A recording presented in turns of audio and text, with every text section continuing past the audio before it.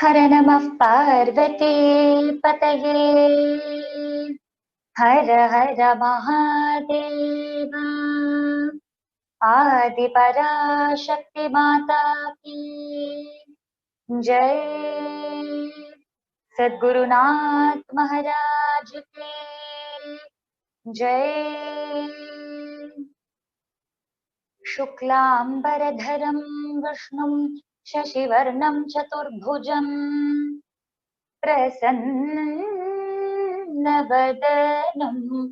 ध्यायेत् सर्वविघ्नोपशान्तये।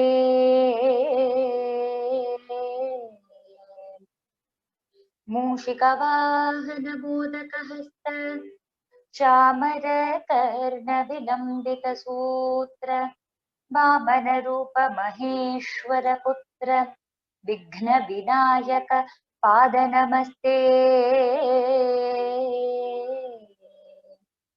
नमः शिवाभ्यां नवयौवनाभ्यां परस्पराश्लिष्टवपुर्धराभ्यां नागेन्द्रकन्या दृशकेतनाभ्यां नमो नमः शङ्कर पार्वतीभ्याम्।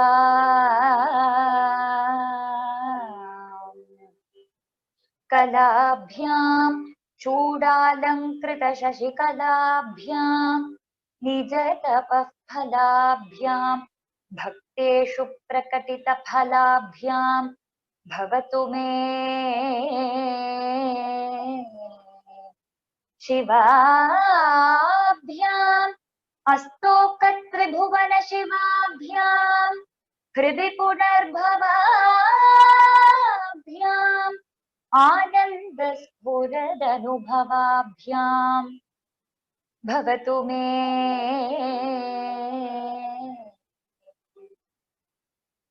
माता च पार्वती देवी पिता देवो महेश्वरः बान्धवा शिवभक्ताश्च स्वदेशो भुवनत्रयम्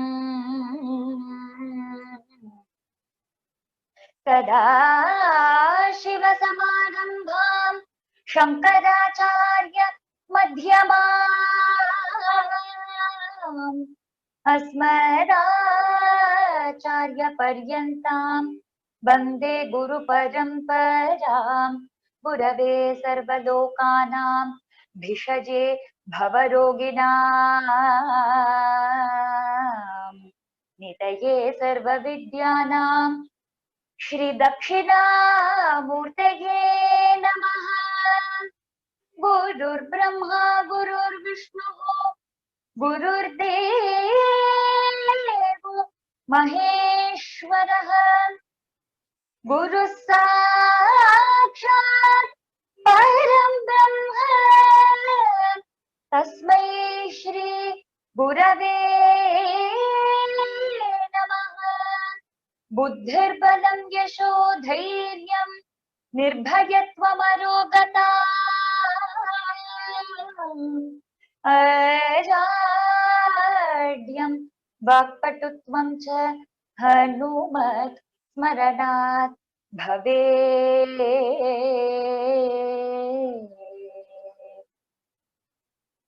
हर नमः पार्वती पतये। हर हर महादेव। आदि पराशक्ति माता की जय। सद्गुरुनाथ महाराज की जय। Lord Shiva, the Lord of auspiciousness and the Lord of all the world, has blessed us today immensely to spend our time in this divine satsangam. We have all come together to understand the meaning of some shlokas of Shivananda Lahari, which is composed by Adi Shankaracharya. In the past few weeks, we have been enjoying the meaning of the first 2 shlokas in Shivananda Lahari. In our last week's satsangam, we enjoyed the second shloka's meaning, and Adi Shankaracharya sings in his second shloka, Galanti Shambho Tvacharita Kilbisharajodalanti Dhikulya Saranishu Patanti Vijayatam Dishanti Samsara Brahmana Tapopashamanam Vasanti Maccheto Hrada Bhuvi Shivananda Lahari.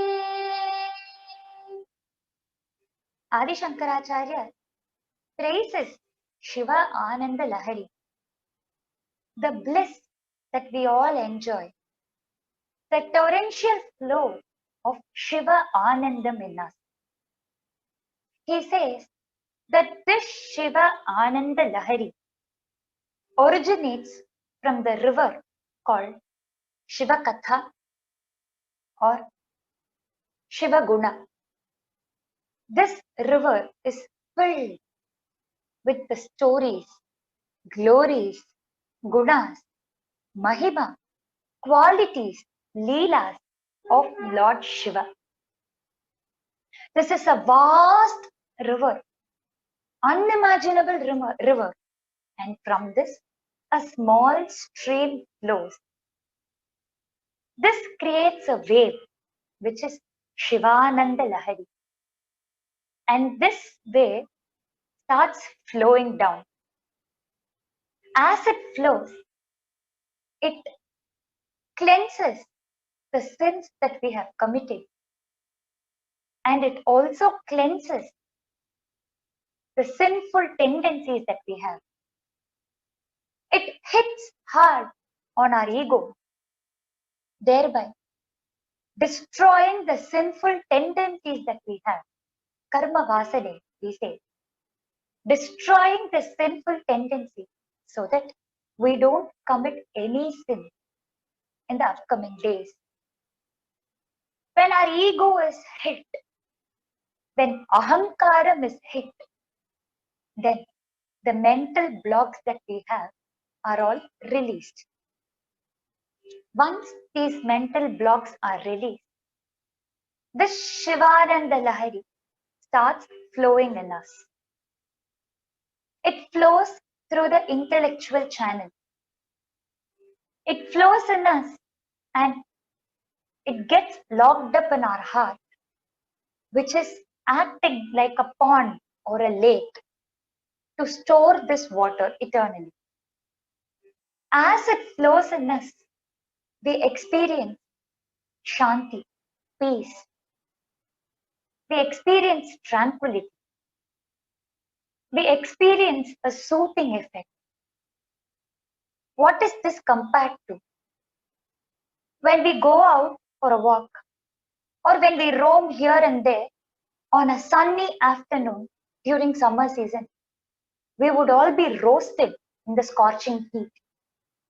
And when we are all feeling extreme tiredness, someone offers a cool drink to us, or someone asks us to come to a room which is air conditioned, how would we feel? It would be relaxing. It would give us a soothing effect, isn't it?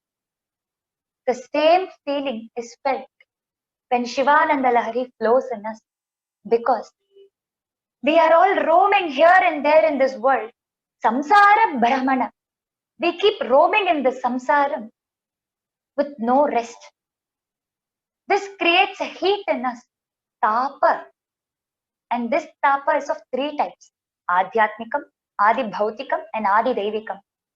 This heat is increasing day by day in one's heart and in one's body, and this creates a restlessness. When this water flows in, this restlessness gets vanished. This heat that we experience gets subsided. It is reduced to a great extent, thereby giving us a soothing effect and tranquility. Once we start experiencing this happiness in us, we want this to be locked in our heart, and we want this to be stored in our heart eternally. And so, Adi Shankaracharya says that our heart is a lake for this water to be stored, and let it be there in us eternally. Not only that, Shivananda Lahari Vijayatam, let it be victorious. We face too many laharis, too many waves in our heart, in us, in our day-to-day activities, in our day-to-day life. We might experience Moha Lahari, Krodha Lahari, Kama Lahari, Krodha Lahari. And when Shivananda Lahari comes in, all these laharis are defeated once and for all, because this lahari hits our ego. Only when we have I, mine feeling in it, we will get kamam, krodham, lobham, moham, madam, matsaryam. And when this Shivananda Lahari comes in us, then all other laharis are washed out completely from our life. And this lahari stays in us eternally. And Adi Shankaracharya prays, O Shiva, please ensure that this lahari stays in me constantly. Let this lahari be victorious over the other lahari. So does this prove that Adi Shankaracharya didn't have this lahari in him all along, and only now he is experiencing it? No, he already has it in him. He, being the Jagat Guru, is praying to Lord Shiva on behalf of us. He has already attained Lord Shiva, and he is now showing us the path to attain Lord Shiva. He is showing us, he is making us experience this so that we pray the same way as how Adi Shankaracharya is praying to Lord Shiva and asking him for this lahari to be victorious in us and for this lahari to stay in us constantly. He has created an image. He has used Rupaka Alankaram, created an image and showed us how this lahari would be. And he has also showed us that this lahari can stay in our heart if Lord Shiva wants it to stay. So, we must all pray to Lord Shiva for this lahari to stay in us eternally. Shivananda Lahari keeps flowing in us. But in the previous shloka, Adi Shankaracharya says that this lahari originates from a river. This river is Shiva Kathamrita Saritam, Charita Sarita. That is, this river is filled with qualities, gunas, charitas, leelas, other gunas, the other stories, mahima, glories of Lord Shiva in it. It is a vast river. And from that, in the next shloka, he gives an illustrative list of 15 such gunas or stories and says, O bhaktas, take stories like these, gunas like these, and contemplate upon these constantly. This list is not exhaustive, but it is only illustrative. He says, Shivam Hridi Bhaje. Let my mind constantly think about Lord Shiva. Let my mind constantly sing the praise of Lord Shiva. Let my mind constantly sing the glories of Lord Shiva. And when it has to sing, it needs some gunas, it needs some leelas, it needs some stories. And this is one list, one small list of the leelas which Lord Shiva has performed and the gunas which he has exhibited.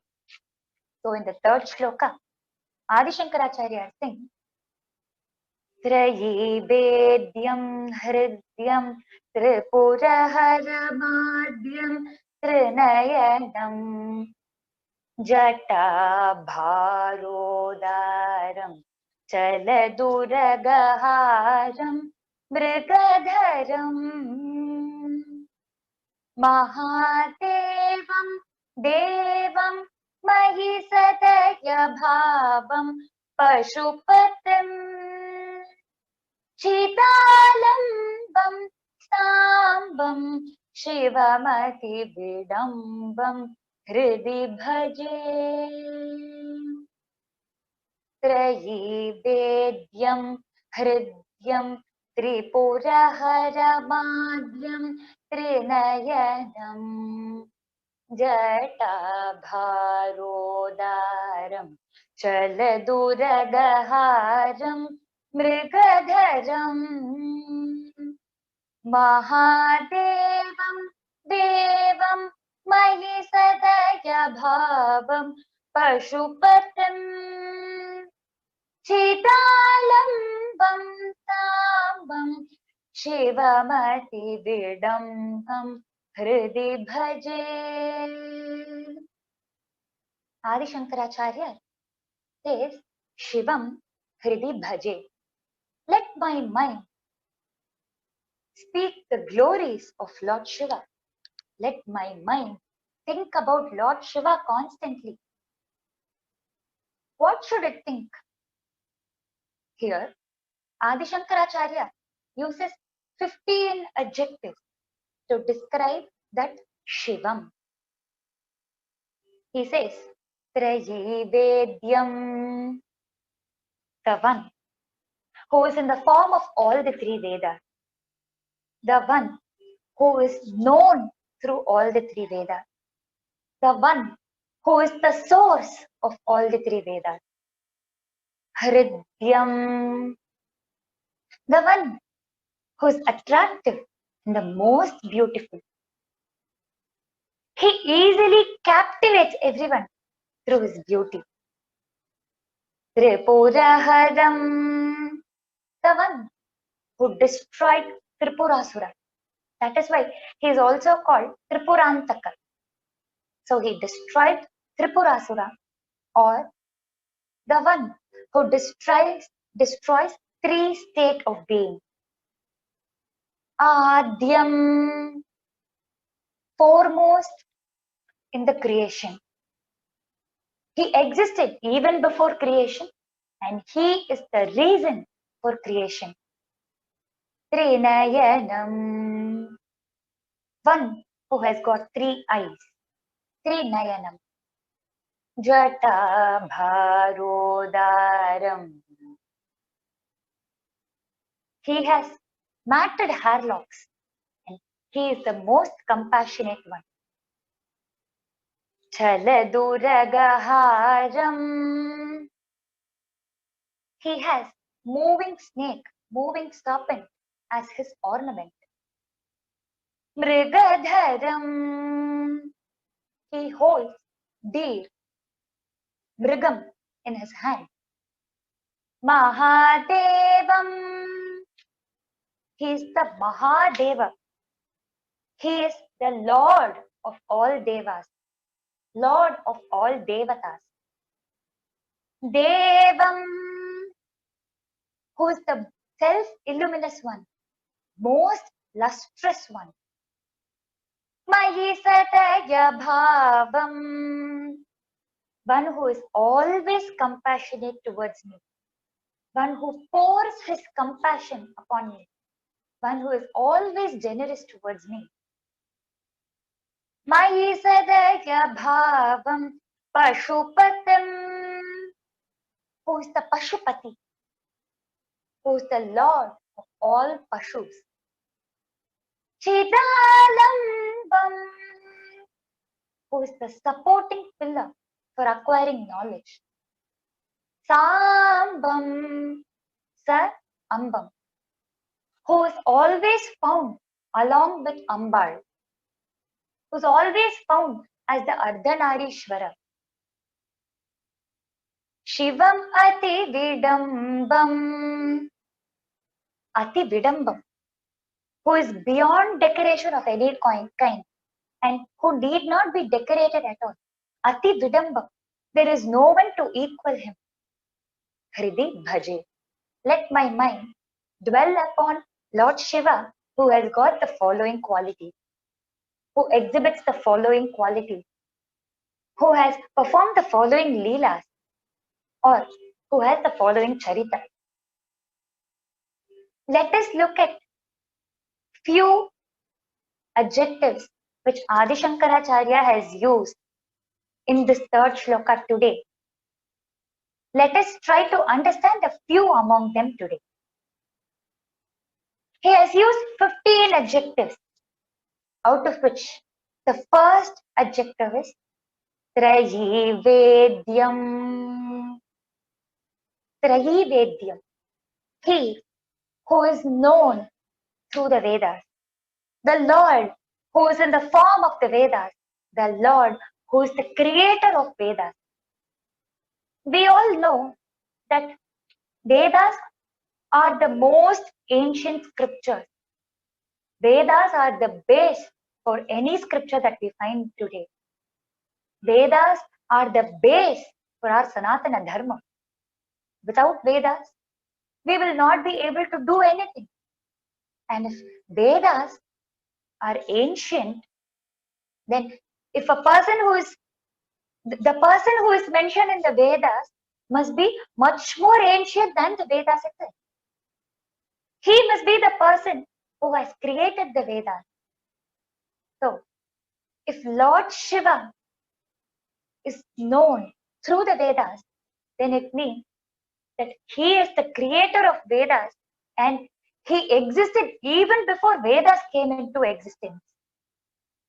So this means that he is Adyam. Adyam means the first and the foremost. He was the first one to be created and he was the one who created this entire world. Adyam. In Bhagavad Gita, Lord Shri Krishna says, Aham bija pradah pita. I am the seed from which the entire world has been created. If this entire world is there in front of us, if it is manifested in front of us, if we consider that to be a huge tree, then that tree has grown from this seed, and this seed, nothing but Paramatma, Lord Shri Krishna or Lord Shri Shambhu. So, Krishna and Shiva are not different. They are one and the same. So, Lord Shiva is the bija, the seed, the base for creation in this entire world. He is the Paramatma. He is the Brahman. He is the creator. He is the supreme Godhead.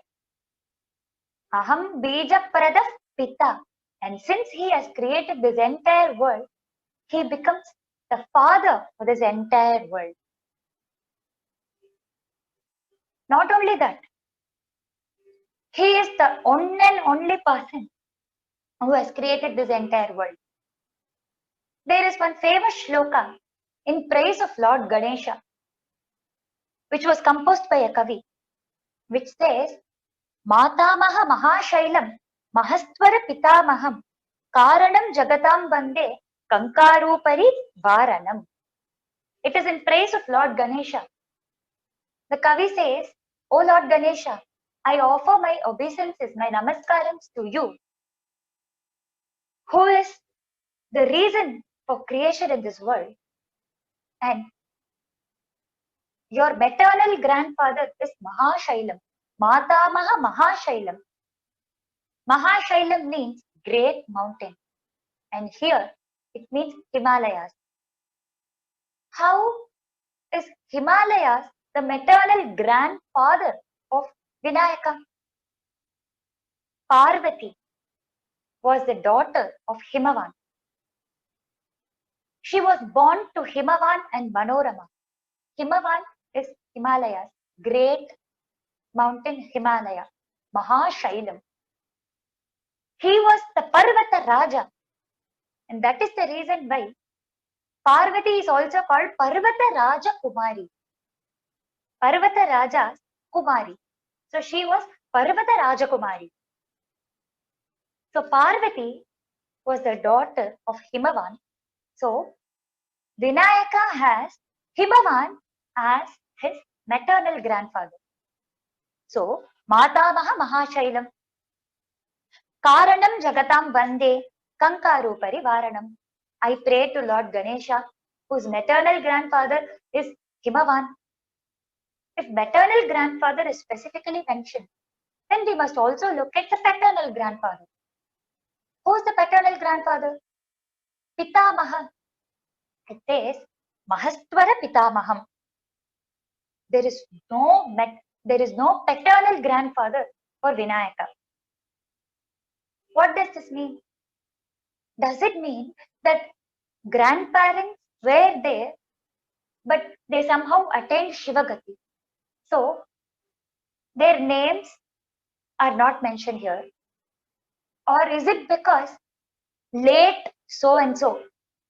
So they have not mentioned the name here? No. They were not in existence at all. Lord Shiva was not born to anyone. He was a Swayambhu Murti. He did not have parents because he is Adyam. He is the first one in this world, and from him the entire creation, entire world was created. He is the Karana for Srishti, Sthiti and Samhara. He is the reason for creation, protection and destruction. Not only that, after destruction, he folds everything, he wraps up everything and he takes it in him. He also makes everything to be disappeared. So he does Panchakrityam, and he is the beginning, middle and end for everything. Aham adishcha madhyam cha bhutanam ante eva cha, says Bhagavad Gita, says Lord Krishna in Bhagavad Gita. He is the beginning, middle and end for everything. And this is what is explained by Manika Vachakar in his Tiruvambavai. Adiyum andamum illa arum perum ஜோதியையாம் பாட கேட்டேயும் வாழ்த்தடங்கள் ஆதியும் அந்தமும் இல்லா அரும் பேரும் ஜோதியையாம் பாட கேட்டேயும் வாழ்த்தடங்கள் ஆதியும் அந்தமும் இல்லா அரும் பேரும் ஜோதியையாம் பாட கேட்டேயும் வாழ்த்தடங்கள். He sings, ஆதியும் அந்தமும் இல்லா அரும் பெரும் ஜோதியை யாம் பாட. He is the arum perum jyoti. He is in the form of jyoti. And he does not have Adi Anta. He does not have beginning and end. We can say that we form a part of a timeline. Let us say that we were all born somewhere around 1970s, 1980s. Somewhere around 1970s, 1980s. And we are all still there in the timeline. And in the near future, our timeline might come to an end. Let us take one more example. Our forefathers were born somewhere in 1850s. Their timeline started there. And somewhere around 1900s or 1920s, they have all attained Shivagati. So their timeline comes to an end. But can we place Lord Shiva in such a timeline? Can we find out when Lord Shiva was born? Or can we find out when Lord Shiva would cease to exist? That cannot even imagine. That is unimaginable. We can never think about that. We say, Krita, Treta, Dwapara and Kali form a Chatur Yugam. And we are in Kali Yugam right now. This is not just one cycle. There are many cycles, many Chatur Yugams. And imagine if there are so many Chatur Yugams, if there are so many Yugas, if there are so many years which have already elapsed and which would be elapsed in the future, then where can we place Lord Shiva in the timeline? This cannot be done at all. So he is the beginning point, he is the inception, and he is the point where everything comes to an end. He is the middle, he sustains everyone and he protects everyone. So ultimately, Adyam, he is the first and the foremost of creation. In fact, in Rudram, we say, Namo Jyesthaya cha Kanishthaya cha. We say, he is the elder and he is the younger one. Why do we have to say elder and younger? If a mother says, this is my younger son and this is my elder son, it means that there are two people. But if a mother has only one child, she will not say younger, elder. She will only say, this is my only child.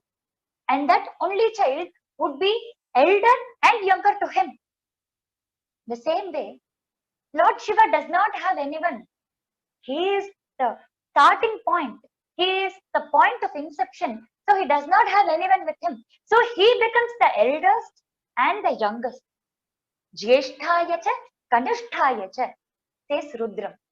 So ultimately, Lord Shiva is the beginning point of everything in this universe. He is the first and the foremost in the creation, and he is the creator. If he is the creator, he would be mentioned in the Vedas. Vedas would sing the glories and greatness of Lord Shiva constantly. And that is what is told by Adi Shankaracharya through this word, Trayi Vedyam. All the three Vedas sing in praise of Lord Shiva. It sings the glory of Lord Shiva. Now we might get a confusion. We have known, we have been taught that there are four Vedas: Rig, Yajus, Sama, and Atharvana. Why is it mentioned here as Trayi Vedyam? Three Vedas. Was it because during Adi Shankaracharya's time, there were only three Vedas, and later on, someone created the fourth Veda? Or was it because Adi Shankaracharya was unknown of this fourth Veda? No. When we look at Vedas, with respect to the compilation of Vedas, we might find four Vedas. But when we look at it from the point of view of structure, then we have only three Vedas. When the Vedas are in the form of poetry, Padyam, it is Rig Veda. When it is in the form of Gadyam, prose, then it becomes Yajur Veda. When it is in the form of songs or Ganam, then it becomes Sama Veda. Rig Veda, Padyam or poem, Yajur Veda, Gadyam or prose, Sama Veda, Gana or song. These are also divided as Rig Veda has the Mantra Bhagam, where the Brahmana Bhaga is mentioned, it becomes Yajur Veda. And where songs, Gana Bhagam is mentioned, then it becomes Sama Veda. So Rig, Yajur, Sama. All the three Vedas sing in praise of Paramatma. And that Paramatma is Lord Shiva. All the three Vedas sing about Omkara Mantram. It sings in praise of that syllable. And that syllable is Lord Shiva. In fact, if we look at the essence of all the four Vedas, all the Vedas put together, we will get Namah Shivaya Panchaksharam. Tirunjana Sambandha, who was a great devotee of Lord Shiva, sings in one of his Padigam as Kadalagi Kasindu Kannir Malgi, Kadalagi Kasindu Kannir Malgi, Kadalagi கசிந்து கண்ணீர் மல்கி காதலாகி கசிந்து கண்ணீர் மல்கி காதலாகி கசிந்து கண்ணீர் மல்கி ஓதுவார் தம்மை நன்னெறி கொய்ப்பது ஓதுவார் தம்மை நன்னெறி கொய்ப்பது ஓதுவார் தம்மை நன்னெறி கொய்ப்பது வேதம் நாங்கேனும் வேதம் நாங்கேனும் மெய்பொருளாவது வேதம் நாங்கேனும் மெய்பொருளாவது வேதம் நாங்கினும் மெய்பொருளாவது வேதம் நாங்கினும் மெய்பொருளாவது நாதன் நாமம் நமச்சிவாயமே நாதன் நாமம் நமச்சிவாயமே நாதன் நாமம் நமச்சிவாயமே நாதன் நாமம் நம சிவாயமே. He is the embodiment of Jnanam. He is the embodiment of knowledge.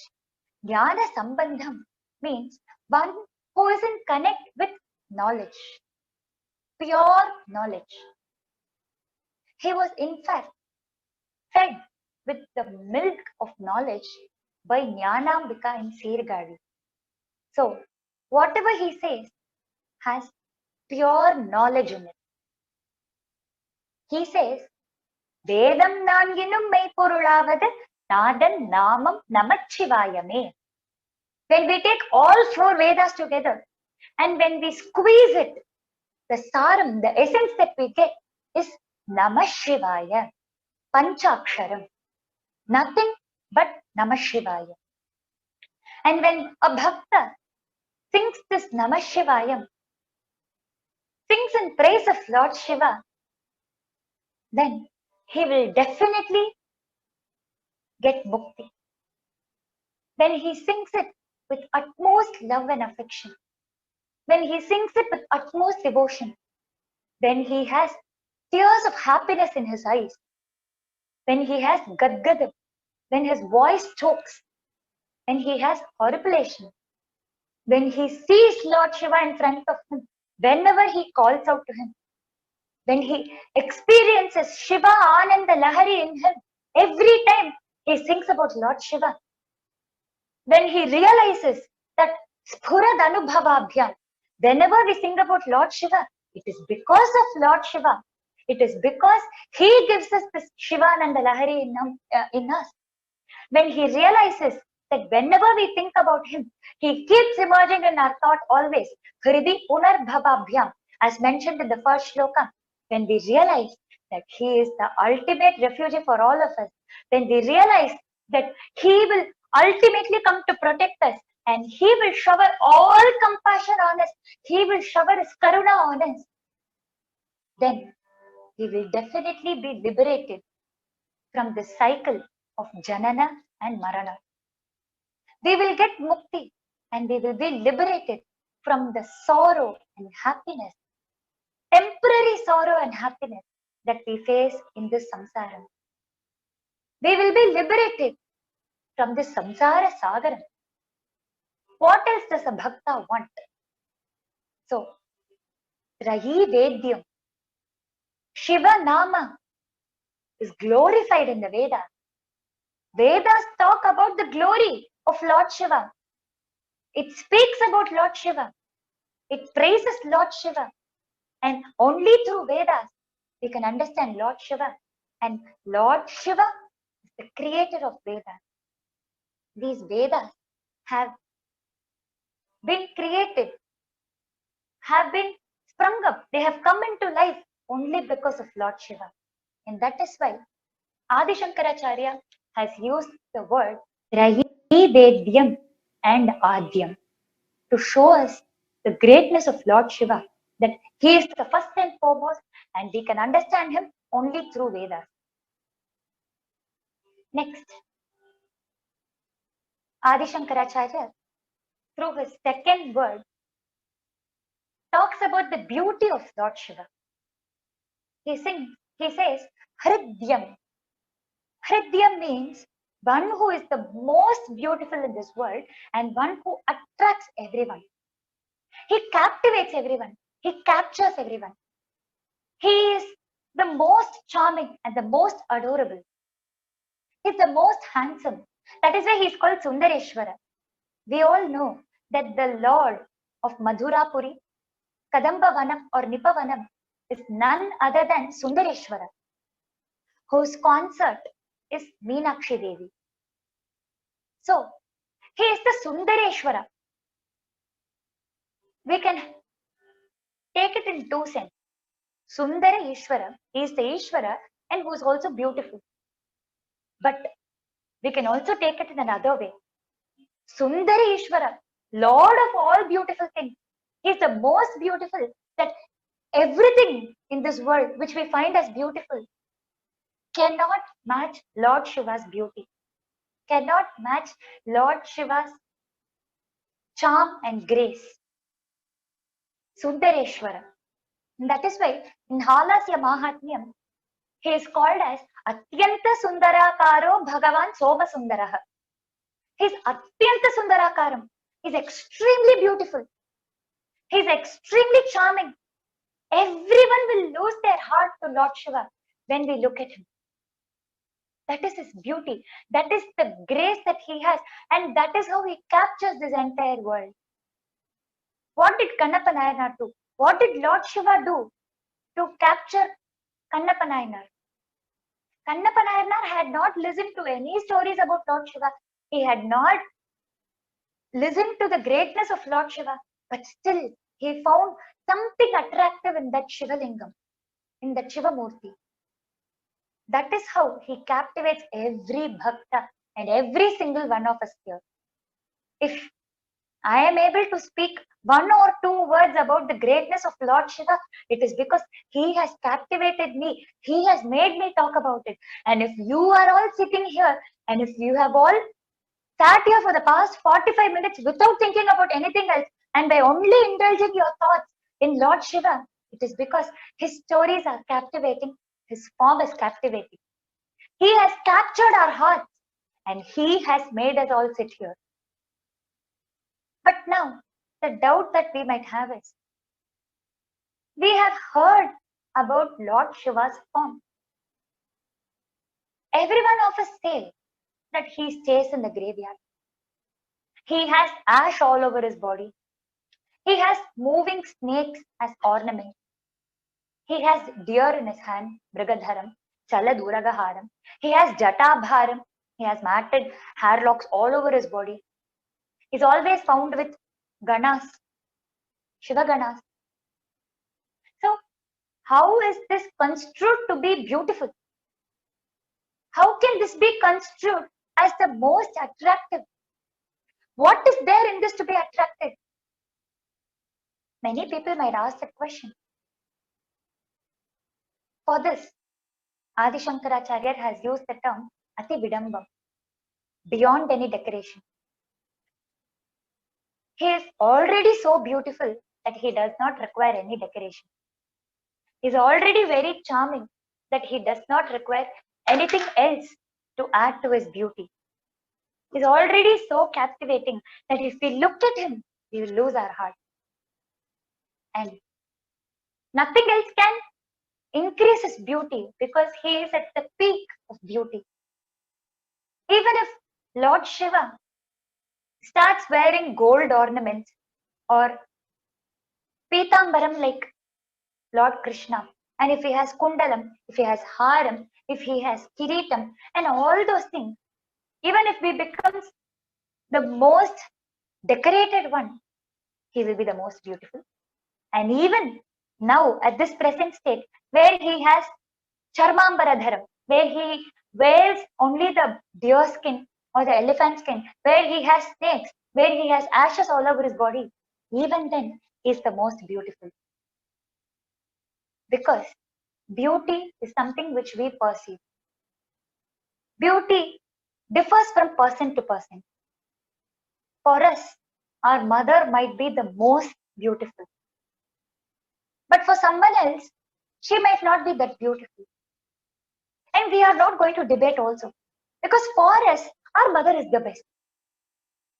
And for a mother, however the child might be, that child is the most precious and the most beautiful in the world. Other parents might say that your child has got some deformity, he or she has not grown properly, he or she has got some problem in his or her body. All this might not be taken into account by that mother, because for her, her child is the most beautiful. She would not look at the outer form, she would look at the inner feelings or the inner quality in that child. That is what pulls us more closer towards Lord Shiva. It is not his form. We are not bothered about his form. When we look at him, the prabhavam that he has, the way in which he carries himself, one glance at him and the arrow of compassion which he shoots at us, the rain of compassion which he pours on us, will change our mind totally. We will surrender ourselves to him without a second question. We will not ask, why is he like this? Why should I like him? And we will not keep analyzing things. Because that glance is enough for us to lose our heart to him. So beauty differs from person to person, and it depends on the anandam that we feel. If a person finds, or if we find a person to be very friendly, very helpful, then we might have a close connect with that person and we might find that person very beautiful. Though the world might consider him to be ugly, we will find him or her beautiful because of the qualities which he or she exhibits. The same way, we have an anandam in us.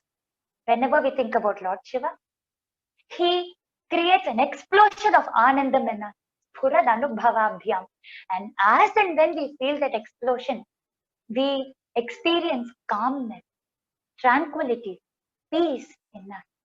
And that makes us run more towards Lord Shiva. And that makes him the most beautiful in this world.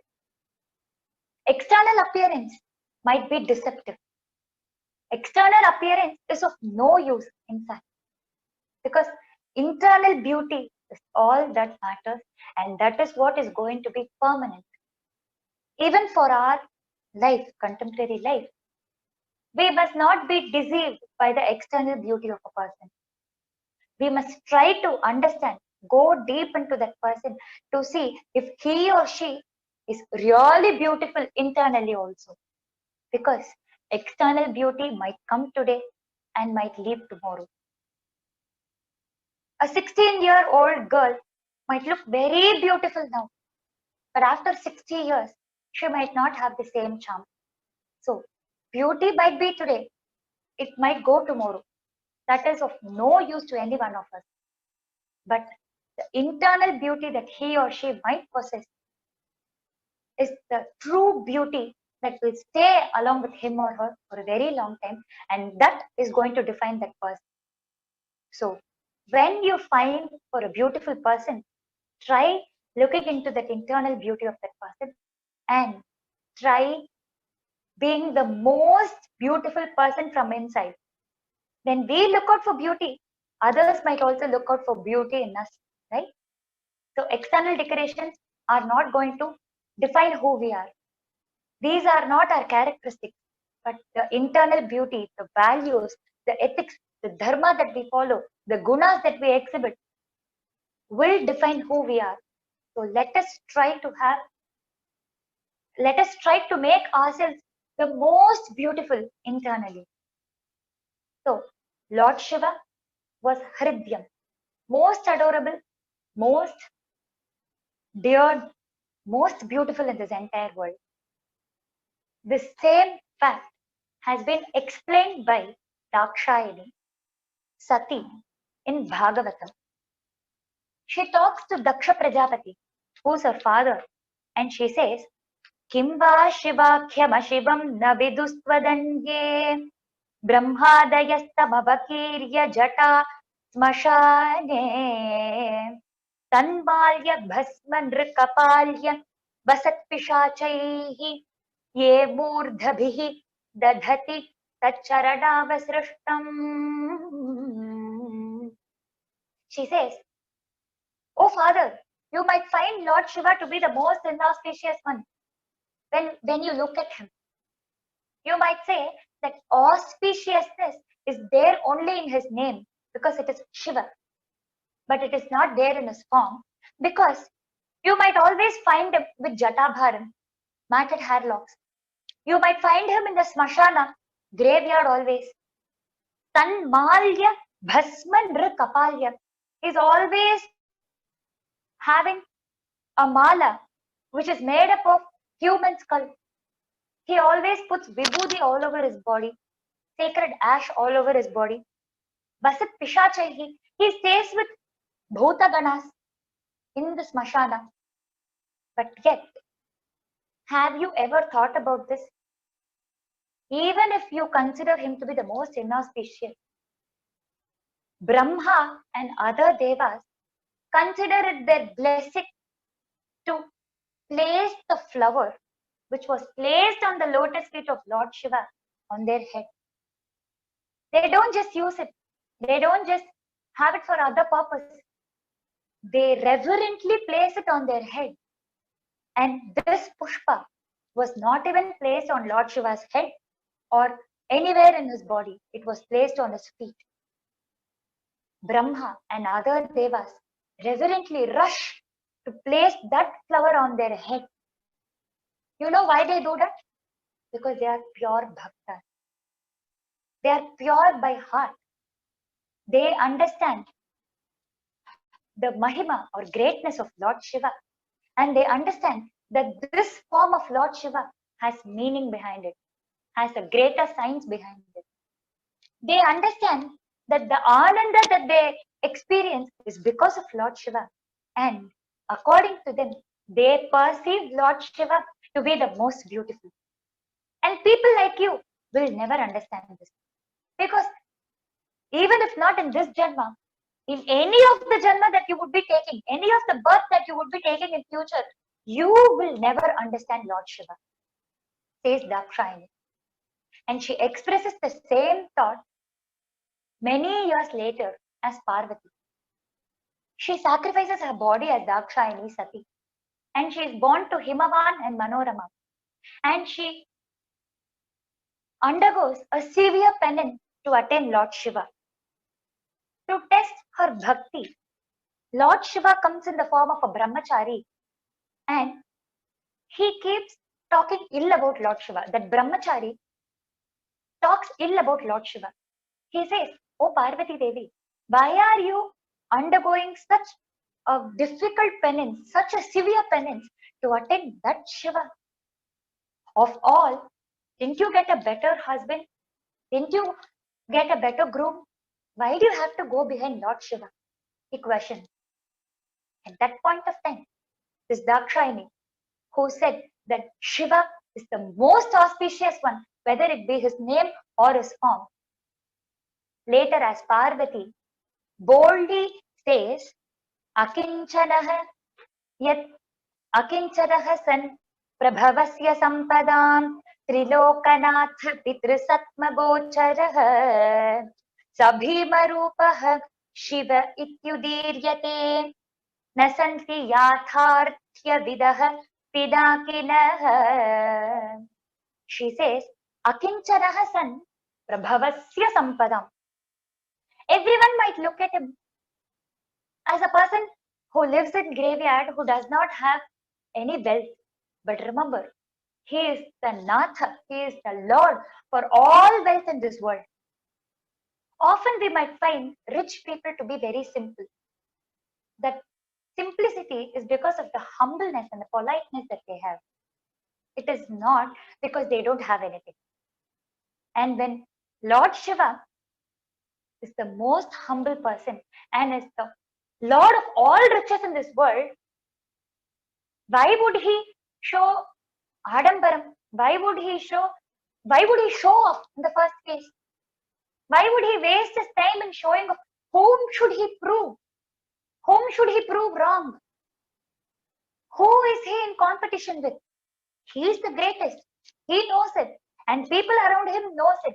Why should he prove it? So he tries to have a simple life. He is happy and contented with a simple life.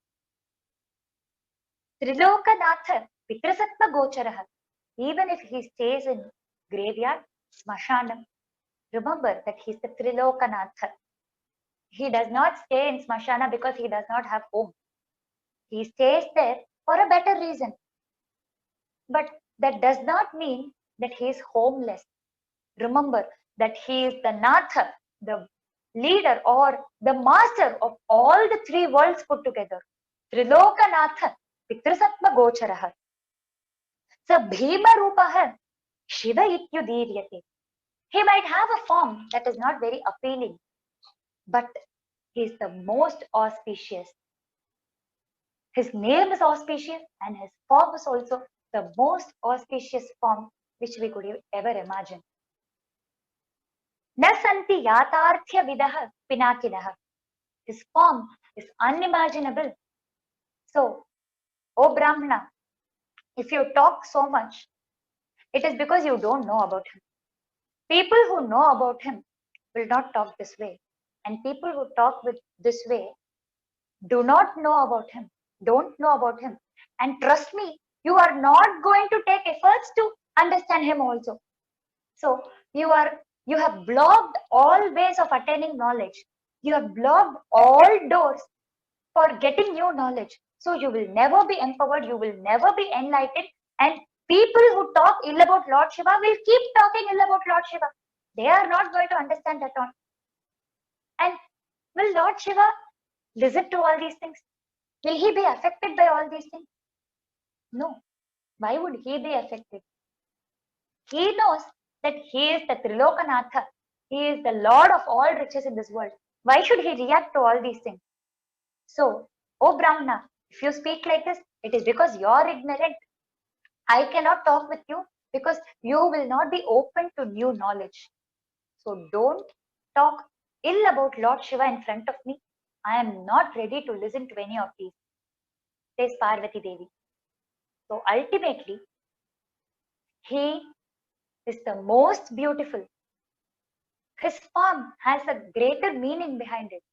It has got tattvam behind it. It is for a reason that Lord Shiva is in that form. Even if he is in that form, he is the most beautiful and is the most charming in this entire world. That is why he is praised by Adi Shankaracharya as Hridyam and Atividambam. Hridyam, most beautiful and most attractive. Atividambam, he is beyond any kind of decoration and he is the most beautiful as he is. There cannot be anyone who can match his beauty. Advitiyam. There cannot be anyone who can imitate Lord Shiva. Lord Shiva cannot be imitated by anyone because he is the original form and he is the most beautiful, says Adi Shankaracharya. So, through this satsangam today, we have enjoyed that Lord Shiva is the beginning, first and foremost. He is in the Vedas. He is the most beautiful, attractive, and he cannot be imitated and he is beyond any decoration. So these are few adjectives which Adi Shankaracharya has used in the third shloka. In the upcoming satsangam, we will try to enjoy more on the qualities and description of Lord Shiva. Let us all pray to him that he blesses us with a satsangam like this always.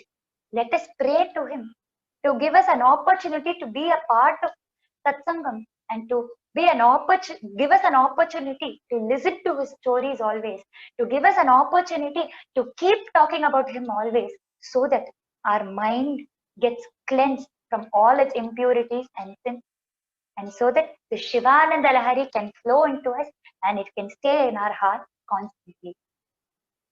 Hara Namah Parvati Pataye Hara ஆதிபராசக் Jai.